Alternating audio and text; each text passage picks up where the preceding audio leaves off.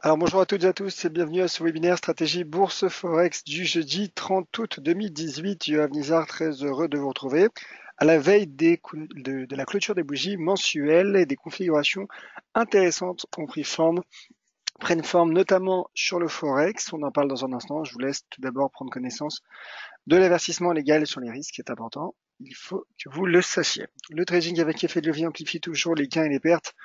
Un compte risque limité présente un risque de perte du capital investi. L'investissement sur compte titre présente un risque de perte en capital. IG fournit exclusivement un service d'exécution d'ordre. Cette présentation est donnée à titre indicatif et ne saurait être considérée comme un conseil ou une recommandation. Voilà, donc le temps que vous lisiez bien cet avertissement légal sur les risques, je vous rappelle bien sûr que vous disposez du chat pour laisser vos commentaires, réagir et me poser toutes vos questions. Je vais revenir donc sur certaines stratégies évoquées en début de semaine, notamment mardi au sein de ce webinaire stratégie bourse forex. Alors, je rappelle brièvement le contexte. C'est vrai qu'il y avait plusieurs paires de devises qui étaient proches, qui testaient du moins des pivots techniques, donc soit des niveaux de résistance, soit des niveaux de support. Et justement, ce que je vais tenter de mettre en lumière aujourd'hui, c'est le fait qu'il y a eu en effet certaines cassures, certains breakouts qui ont procuré certains potentiels et signaux techniques, selon bien sûr la théorie d'analyse technique. Alors, je vais d'abord parler du cours de l'euro, car pour le coup la configuration est vraiment intéressante, et le cours de l'EXY, donc qui est l'indice de plusieurs paires majeures en euros, donc le cours de l'indice de l'euro en quelque sorte, euh, est fortement corrélé à l'évolution de l'euro-dollar, mais au-delà de cela, il montre une configuration intéressante. Alors, tout d'abord, la configuration intéressante, pourquoi? Alors, bon, bien sûr, il y a eu le triangle, mais qui est passé, donc on peut pour le moment, enlever, tout simplement supprimer ce triangle, puisque ce que j'espère vous montrer, c'est surtout ce niveau de résistance, cette zone de résistance. J'en parlais la fois dernière, j'en parlais mardi, cette zone de résistance entre 117.5 et 117.8, qui pour le moment rejette le cours de l'euro. Alors c'est vrai que la dynamique à court terme est positive pour l'euro qui a complètement retracé toute cette baisse de la première partie du mois d'août. Donc cette baisse a été corrigée et retracée, mais le cours de l'euro pour le moment, en effet, est rejeté et cale donc sous cette résistance. Avant de passer au taux de change, un mot sur le DXY. Vous allez comprendre pourquoi je tiens à vous parler de ces configurations, parce que c'est vrai que le DXY, donc qui est l'équivalent de l'EXY, mais cette fois-ci pour les paires en dollars, donc l'indice dollar, lui, tente de se stabiliser. Au contraire, oui, il tente de se stabiliser au-dessus de ce support à 94.17. Il lui reste encore un peu de marge, mais pour le moment, en tout cas, le cours semble enrayer sa chute, du moins son repli, son recul. Mais ce qui est important, c'est de constater finalement ce contraste entre l'euro qui est sous résistance et le dollar qui tente de se stabiliser au-dessus d'un niveau de support. Alors, cela nous donne un taux de change euro-dollar avec une configuration technique intéressante. Pourquoi? Car du coup, le cours euro-dollar, si les calculs sont bons, si un euro est sous résistance et un dollar tente de se stabiliser sur un niveau de support, cela nous donne un euro-dollar qui cale lui aussi, du moins qui ralentit sa hausse sous cette résistance à 1,1750. Voilà, c'est pour ça que j'aime bien débuter ce webinaire, ces webinaires stratégie bourse forex par l'analyse des indices, des indices de devises euro et dollar en l'occurrence, car cela nous permet d'avoir une orientation sur les taux de change que l'on va aborder durant le webinaire. Donc en effet, le taux de change euro-dollar qui cale, en tout cas qui pour le moment se replie sous un 17,50, sous cette résistance majeure. Mais la paire, ce n'est pas fini, la paire euro-dollar ne se plie pas d'une façon ordinaire. Pourquoi? J'ai zoomé un petit peu, car vous l'avez peut-être reconnu, j'en ai parlé hier justement lors de mon webinaire éducatif sur les bougies et les patterns techniques. Il y a eu la formation hier, vous voyez, avec cette bougie journalière, d'un pendu qui est une bougie de retournement à la baisse selon la théorie de l'analyse technique. D'ailleurs, ce pendu est suit une bougie qui est proche d'une shooting star, d'une étoile filante. Ce n'en est pas réellement une car on voit qu'il y a une mèche inférieure, mais peut-être que dans l'esprit, en tout cas, il y a cette shooting star, en tout cas même au-delà de cette shooting star, de cette étoile filante, de cette shooting star, il y a ce pendu en données journalières sous une résistance qui, pour le moment, en effet, fait barrage et procure un risque de rejet, un risque de repli du taux de change euro-dollar. Alors je vais finir en données 4 heures ce graphique pour peut-être tenter de trouver une nouvelle configuration.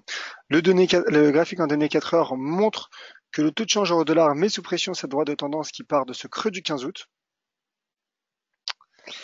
Le cours qui se replie là aussi sous cette résistance à 1,1745. Je ne vois pas réellement d'autres patterns actuellement, si ce n'est cette bougie, mais qui a déjà produit certains de ses effets. C'était il y a 2 jours, avec là aussi une bougie qui ressemble à une shooting star en données 4 heures. Je pense, en revanche, ce qui serait intéressant en données 4 heures, c'est de surveiller cette éventuelle droite de tendance, un éventuel breakout de droite de tendance.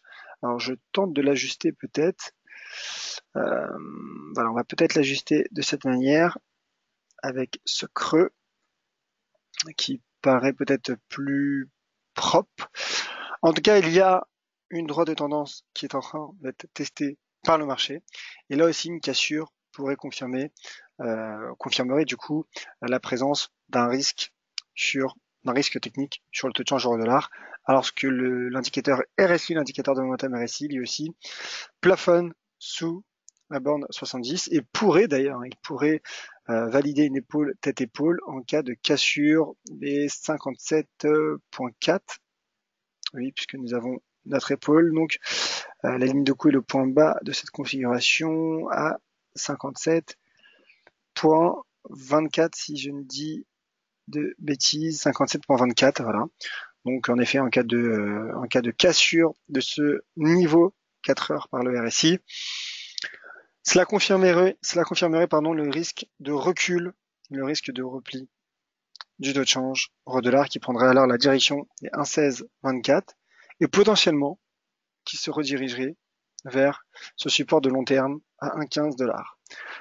Voilà, donc je me suis un peu attardé sur l'euro-dollar parce que, pardonnez-moi, je pense que la configuration le nécessitait. Bien sûr, un franchissement d'un 17,50 là, invaliderait complètement cette stratégie et d'ailleurs et donc procurer un important potentiel haussier sur le taux de change euro-dollar. Voilà pour cette analyse euro-dollar. Et j'en profite d'ailleurs pour saluer donc vous tous qui êtes présents sur le chat. Bonjour Aurélien, Bruno, Jacques, Didier et Tommy. Je vois qu'il y a quelques questions, je vais y revenir dans un instant. Et merci à Jacques d'ailleurs de m'avoir confirmé que le son image fonctionnait bien. Alors je vais poursuivre aussi avec une paire que j'ai évoquée il y a 2 jours. Comme ça me permet d'assurer un suivi, ne pas juste balancer quelques stratégies et ne plus y revenir dessus. Donc c'est l'euro-yen qui travaillait cette double résistance mardi. Donc ce que je disais en début de webinaire, en introduction, je disais qu'en effet les taux de change testaient des pivots techniques et on voit qu'il y a eu un breakout sur l'euro-yen qui a franchi donc cette double résistance composée de cette droite de tendance qui part de ce sommet annuel du 2 février et de cette résistance psychologique d'ailleurs, car il s'agit d'un seuil psychologique à 130. Et ce qui est intéressant aussi, c'est de constater la réaction du marché suite à ce breakout. Le taux de change a effectué un breakout, a franchi cette double résistance, mais que fait, comme souvent d'ailleurs en analyse technique, il reprend son souffle, le marché reprend son souffle, et il vient de nouveau tester ce seuil, mais non plus comme résistance, mais comme support potentiel. Donc, s'il se confirme, un pullback sur 130 yens pourrait relancer le taux de change euro-yen et donc le reconduire en direction des 132. Donc un pullback pourrait prendre forme s'il se confirme je pense qu'un retour sous 132 yens serait envisageable en swing trading. Pour le moment, le graphique 4 heures montre une décélération de l'indicateur MACD qui vient de croiser de nouveau à la baisse la ligne de signal. Pas forcément de pattern technique, pas forcément de pattern. Peut-être une droite de tendance en données 4 heures. Non, pas de droite de tendance. En tout cas, pour le moment, voilà, le cours qui travaille 130 qui pourrait être donc le prochain, considéré comme le prochain pivot à court terme, mais cette fois-ci, non plus comme résistance, mais comme support potentiel, et ainsi sur le mot potentiel, car si le pullback ne prend pas forme et le cours repart à la baisse, bon, cela invaliderait ce scénario de pullback sur l'euro-yen. Le GBP USD qui retrouve une droite de tendance, une résistance oblique, avec une résistance donc oblique qui part du 14 mai dernier. Là aussi, le cours paraît quelque peu résilient. Donc un franchissement de cette droite de tendance permettrait éventuellement de dégager, en tout cas permettrait au cours de bénéficier d'un signal technique haussier qui le conduirait donc à court terme sous 1,32 en direction des 1,32, puis en cas de franchissement de 1,32 en direction de 1,3460. Pour le moment, le cours teste sa droite de tendance. Et donc, en effet, pour le moment, il n'y a pas de signal technique qui peut être encore dégagé. Alors que l'indicateur RSI travaille, en tout cas se rapproche, lui aussi, de la bande 70. Donc, peut-être qu'une cassure de cette droite de tendance baissière permettrait également au RSI de casser cette borne située à 70. Donc, pour le moment, le marché qui reste résilient, d'autant plus que le dollar américain tente de se stabiliser. Donc attention, car un rebond du dollar américain qui est au-dessus d'un support, ne l'oublions pas, pourrait du coup faire replier le GBP-USD et donc préserver cette droite de tendance baissière. Alors j'ai parlé du NZD-USD également. Le NZD-USD, j'en avais parlé aussi la semaine passée puisqu'il y avait un repli qui prenait forme sous un beau double niveau de résistance. Donc la première résistance, qui est cette droite de tendance baissière, a été franchie, mais sur un mouvement latéral. On en a parlé lors de ces derniers jours. Mais le taux de change NZD-USD qui se maintient d'ailleurs sous 0,6710, qui est rejeté sous 0,6710 suite à ce 2J. J'en parlais hier aussi du 2J lors du webinaire éducatif, 2J qui est une bougie d'indécision. Alors, est-ce que je dois dégager une stratégie baissière à ce stade de l'évolution? Je ne pense pas, car on voit, et peut-être que le vérificateur va le confirmer, qu'à très court terme, depuis donc le 20 août, donc une petite dizaine de séances, 7-8 dernières séances, on voit que le NZD-USD se stabilise dans un range, tente de se stabiliser du moins dans un range entre 0,6710 et 0,6635. Donc c'est vrai qu'il y a cette résistance qui prend plus de poids, qui se solidifie à 0,6710, mais à ce stade, le cours retrouve quasiment la partie inférieure de ce range. Donc, en effet, dégager tout de suite une stratégie baissière ne me permettrait pas de gérer son risque convenablement. Car on voit en effet, selon moi bien sûr, car on voit ce niveau que j'avais tracé la semaine passée à 0,6609 qui pourrait en effet soutenir le taux de change. En tout cas, si range il s'agit, le cours est en plein milieu, évolue en plein milieu donc de ce rectangle, et donc dégager une stratégie baissière ne permettrait, selon moi, pas d'optimiser son risque convenablement. Ce que je ferais en revanche, en tant qu'analyste technique, c'est d'attendre un éventuel retour sous cette résistance à 0,6710 et d'attendre en effet un éventuel échec pour de nouveau dégager, le cas échéant, une stratégie baissière pour viser un retour sur la zone 0,66, 0,9, 0,66, 31.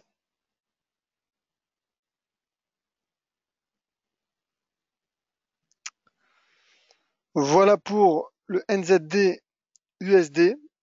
Un mot sur l'USD Yen. Alors oui, juste avant l'USD Yen, il y a l'USD CHF aussi. J'ai tweeté justement ce graphique il y a un peu moins d'une heure. Pourquoi? Car là aussi, le cours testait un support. Il testait mardi un support et il y a eu breakout. Alors non seulement breakout des 0,9803 qui a conduit au cours sur son support inférieur, sur un support inférieur à 0,9747. Une nouvelle cassure qui a eu lieu hier et le cours se dirige à présent vers 0,9652. Alors ce qui est intéressant et peut-être paradoxal, et là aussi il faudra être prudent là-dessus, c'est généralement il y a une corrélation inverse entre l'USD CHF et l'euro-dollar. On voit que l'euro-dollar, pour le moment, semble hésitant, résilient, petit repli technique pour le moment de l'euro-dollar sous résistance. L'USD CHF qui là aussi se replie. Alors techniquement et uniquement en regardant ce graphique, je me dis qu'il y a un potentiel pour que le cours se replie à 0,9652 avec une gestion de risque à 0,9747. Donc c'est vrai que pour gérer son risque, ce n'est pas non plus le timing est peut-être un peu trop tard. D'ailleurs, le graphique 4 heures semble confirmer aussi ce risque. Alors c'est vrai qu'il y a un marteau qui a pris forme en données 4 heures, mais pour le moment, le marteau ne produit pas ses effets et donc le taux de change reste sous pression, d'autant plus que l'indicateur RSI évolue à présent sous la borne 30 en données 4 heures.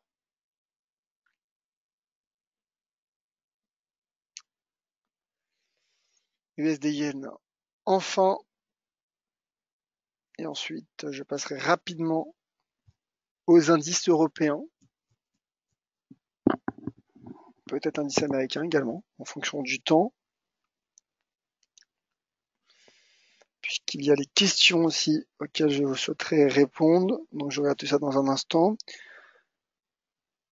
L'USD Yen, et ben voilà, l'USD Yen qui repart à la hausse. Alors je vais simplement épurer, non, je vais laisser les tracés. Alors je sais que c'est pas mal de tracés, mais simplement car il s'agit de niveaux importants. Alors je reviens rapidement sur le contexte de l'USD Yen. Car le cours, jeudi dernier, a effectué un double breakout important. Breakout de cette droite de tendance baissière et de cette résistance à 11.12. Mais le cours qui n'avait pas confirmé, qui s'était replié et qui a tout simplement franchi, qui a su rebondir sur 111, donc qui a quasiment atteint d'ailleurs notre objectif à 112, notre objectif aussi à 112 yens.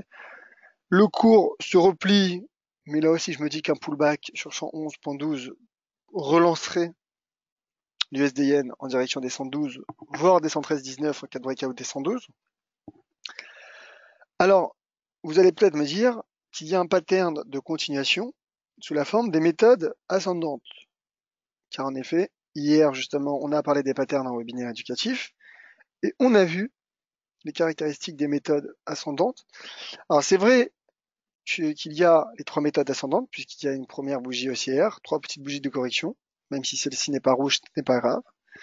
Puis une deuxième bougie haussière, une deuxième impulsion qui est venue franchir cette épaule, ce sommet. Alors le seul petit bémol, c'est que là le contexte n'est pas réellement haussier. Donc il s'agirait peut-être en effet de méthodes ascendantes de retournement, entre guillemets. Ça n'existe pas réellement, puisque les méthodes ascendantes ou descendantes sont des patterns de continuation.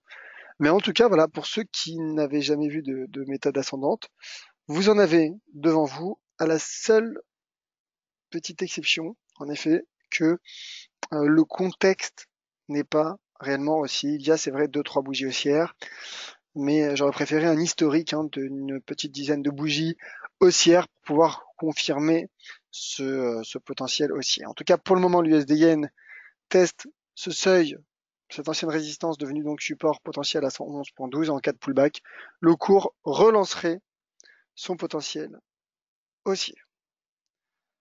Un mot sur le DAX et le CAC 40. Le DAX, alors je me mets d'abord en données journalières.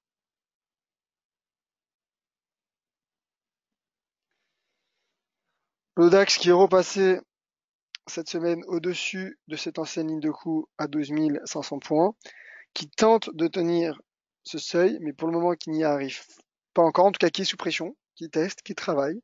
Voilà, les acheteurs et les vendeurs luttent aux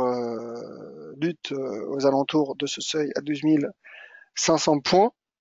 L'indicateur MACD, lui, donne plutôt du potentiel au DAX puisqu'il a croisé à la hausse la ligne de signal et teste la ligne de neutralité, se rapproche de la ligne de neutralité. Le graphique 4 heures aussi, graphique en données 4 heures montre quelque chose d'intéressant, montre une configuration intéressante car le cours en effet, alors je parlais des 12 500 points, oui 12 500 points, d'autant plus que vous voyez la bougie qui vient de clôturer, la plus récente, enfin qui vient de clôturer il y a presque 2 heures, mais en tout cas la dernière bougie clôturée a tenu 12 500 et elle a formé un marteau. Alors là aussi, il ne s'agit pas réellement d'un marteau car le contexte n'est pas réellement baissier, mais en tout cas, la bougie en tant que telle est un marteau doji aux allures de marteau. Donc je me dis qu'en effet, en cas de rebond des 2500 points, si cette ligne de coup tient, cette ancienne ligne de coup de cette épaule tient, ben je me dis en effet que le DAX pourrait profiter d'un potentiel haussier qui le reconduirait à court terme sous les 2600 points et éventuellement en cas de franchissement des 12600 en direction des 2740 points. Le CAC 40 enfin, qui là aussi se replie après avoir formé en données journalières un marteau. Le prochain pivot, il reste encore un peu de marge, il se situe sur le mois à 5448 points. Et donc un pullback sur cette ancienne résistance devenue support potentiel à 5448 points relancerait là aussi, selon moi, le potentiel du CAC 40 en direction des 5540 points, d'autant plus que l'indicateur MACD a croisé non seulement la ligne de signal lundi, mais également la ligne de neutralité, la ligne 0, dont je me dis en effet que le CAC 40 n'a peut-être pas encore achevé son potentiel, mais attention car il y a une résistance majeure et de long terme à 5540 points. Pour le moment, le prochain pivot se situe selon moi à 5448 points et il correspond d'ailleurs au 61,8% de retracement sur le niveau de Fibonacci de cette baisse du CAC 40.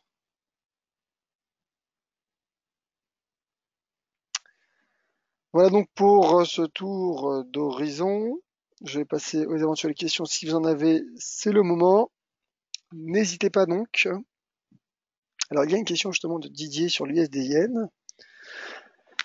Alors, sur le USD-Yen, je suis rentré short à 10h30 avec pour objectif le S1 journalier à 111,26. Si je vais faire une analyse en unité 15 minutes, alors on va regarder ça. C'est vrai que j'avais parlé de l'USD-Yen, mais plus sur une vision swing trading. Alors déjà, sachez que je ne donne pas de conseils d'investissement, comme vous l'avez vu, sur l'avertissement légal et sur les risques, mais je vais vous donner une petite analyse technique, mon analyse technique intraday, court terme, très court terme. Alors, déjà, j'ai l'impression que votre trade, pour le moment, prend forme, en tout cas, puisque, du moins, j'ai l'impression que le marché va dans le sens de votre trade, donc, déjà, j'en suis ravi. J'en suis ravi. Là, en données 15 minutes, je pense qu'il y a cette résistance à 111,31, une ancienne résistance de donc support potentiel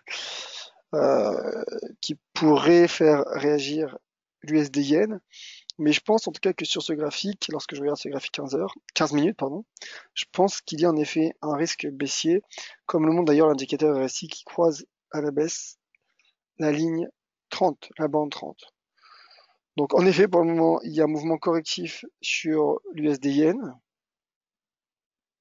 en 30 minutes également. 5 minutes, attention, car le cours a formé quasiment un doji. C'est d'ailleurs un Marubozu. Vous voyez, comme Marubozu qui est une bougie de continuation. Au final, un peu comme la ligne, les méthodes ascendantes, hein, comme je le dis souvent, ce n'est pas parce qu'il y a une bougie, une configuration de continuation, que le cours va poursuivre en ligne droite. Non, il peut rebondir quelque peu, effectuer un pullback. Pour le moment, en tout cas, l'USDN me paraît sous pression. Voilà, peut-être attention au graphique 5 minutes qui tente difficilement de se stabiliser, mais on voit que pour le moment, le marché reste sous pression à court terme, comme le montrent donc ces différents graphiques. Et avec plaisir, mon cher Didier, Fred qui demande un mot sur le pétrole WTI, on regarde ça.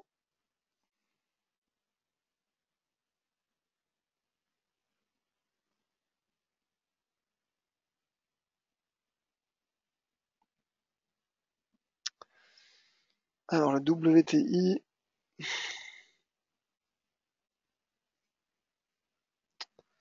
je demande juste un instant le temps de retrouver mon graphique. Il n'y est pas, donc je vais en télécharger un autre.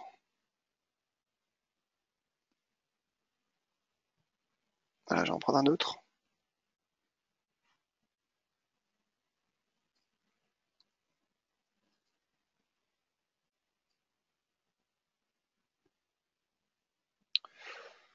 Alors, ça nous fait pas mal de tracés.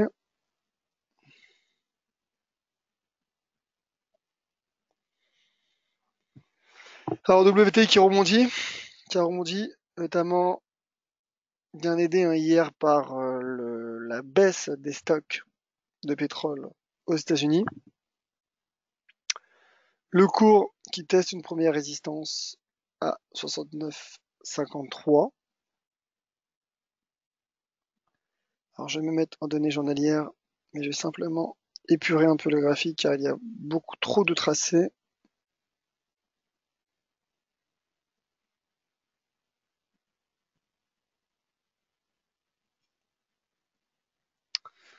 Voilà. Donc, le WTI. On retrouve donc cette résistance qu'il teste à court terme à 69,55, qui est en train de franchir d'ailleurs. Et si ce franchissement se confirme, clairement le WTI prendrait la direction de ses sommets à 72,89 notamment, avec peut-être une première résistance intermédiaire à 72,66. Le MACD est en territoire positif. Donc là, en effet, je pense qu'il y a un potentiel sur le cours du pétrole, d'autant plus que le Brent a lui déjà quasiment atteint ses sommets annuels, ce qui pourrait être bon signe pour le WTI s'il parvient à suivre l'exemple du Brent. Je vous invite d'ailleurs à retrouver un article du pétrole sur le site dailyfix.fr. Avec plaisir, mon cher Didier et mes chers auditeurs. Donc, plus d'autres questions sur le chat. Merci à toutes et à tous d'avoir été nombreux à ce webinaire et sur le chat. Prochain point de marché DailyFX aura lieu demain. Ce sera justement toujours le même webinaire, stratégie bourse forex pour assurer un suivi de toutes ces stratégies évoquées, éventuellement donc revenir sur d'autres configurations qui prendraient forme d'ici là. Demain, comme chaque vendredi, ce webinaire forex et bourse aura lieu à 10h30, non pas 14h30 mais à 10h30. Donc je vous attends nombreux. Et d'ici là, bien sûr, sur Twitter, @yoavnizar pour toutes les autres questions, réactions, graphiques ou analyses. Si vous en avez, n'hésitez pas à m'en faire part sur Twitter. Voilà, elles m'aident également et je les trouve très intéressantes. Et donc, je vous dis rendez-vous demain à 10h30 sur ce même lien d'inscription. Merci à toutes et à tous. Soyez prudents sur les marchés et à demain 10h30.